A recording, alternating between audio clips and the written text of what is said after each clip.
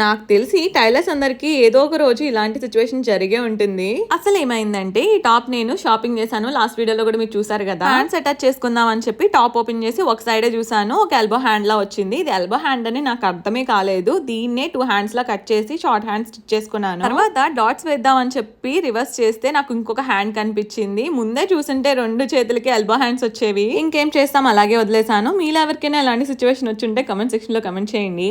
Last వీడియోలో మా friends అని చెప్పాను కదా, ఇది దాని ముందు రోజు అనమాట.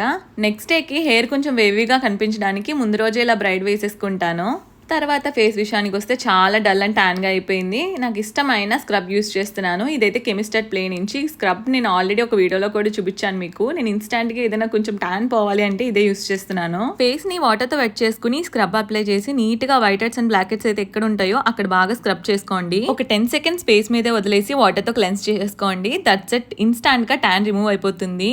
ప్రోడక్ట్ అయితే ఇక్కడ ట్యాగ్ చేస్తున్నాను, చెక్ చేసేయండి. మళ్ళీ నెక్స్ట్ వీడియోకి వెళ్తాం. బాయ్.